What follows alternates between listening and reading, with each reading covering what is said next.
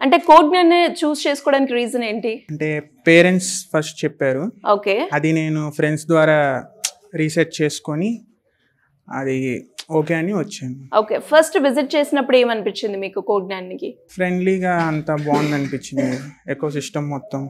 Okay. ఏ కోర్స్‌లో join అయ్యారు మీరు? జావా. జావా. మీ బ్రాంచ్? నేను ఐటీ, ఇన్ఫర్మేషన్ టెక్నాలజీ. ఓకే. అంటే వచ్చిన తర్వాత మీరు ఏమేమి నేర్చుకున్నారు? ఒక ఇంటర్వ్యూకి అటెండ్ అయ్యే ప్రాసెస్‌లో స్టూడెంట్‌కి కావాల్సిన స్కిల్స్‌లో మీరు ఏమేమి నేర్చుకున్నారు?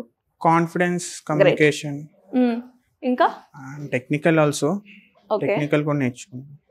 ఓవరాల్‌గా ఎంత పర్సెంట్ ఇచ్చుకుంటారు మీ చేంజ్‌కి? 80 to 90. ఓకే. 80 to 90 super. ఇంకా ఎవరికైనా కూడా రిఫర్ చేస్తారా కోడ్‌ని? చేస్తాను. ఇక్కడ ప్లేస్మెంట్ సపోర్ట్ అని అంటున్నారు కదా, ఇస్తున్నారా? ఉంది. ఉన్నాయా? ఉన్నాయి. ఓకే. ఇంకా డ్రైవ్స్, మాక్ ఇంటర్వ్యూస్ అవన్నీ ఎలా ఉంటాయి కోడ్‌లో? మాక్ ఇంటర్వ్యూస్ అనేది ఎవ్రీ సండే జరిగింది AI ద్వారా.